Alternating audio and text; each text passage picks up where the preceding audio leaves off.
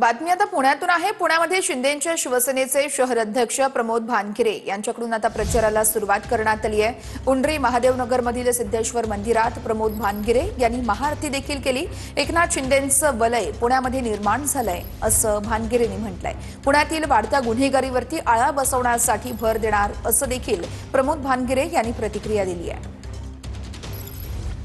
सोबत जे आहे ते प्रमोद नाना भानगिरे आहेत, जे शिवसेना शिंदे गटाचे शहराध्यक्ष आहेत। आपल्यासोबत ते आहेत, आपण सोबत चर्चा करणार आहोत। खरं तर मोठ्या ताकदीनं तुम्ही रणांगणामध्ये उतरलेला आहेत। सोबळाचा नारा देत जे आहे ते तुम्ही या ठिकाणी सर्व पुणे शहरामध्ये उमेदवार उभे केले आहेत।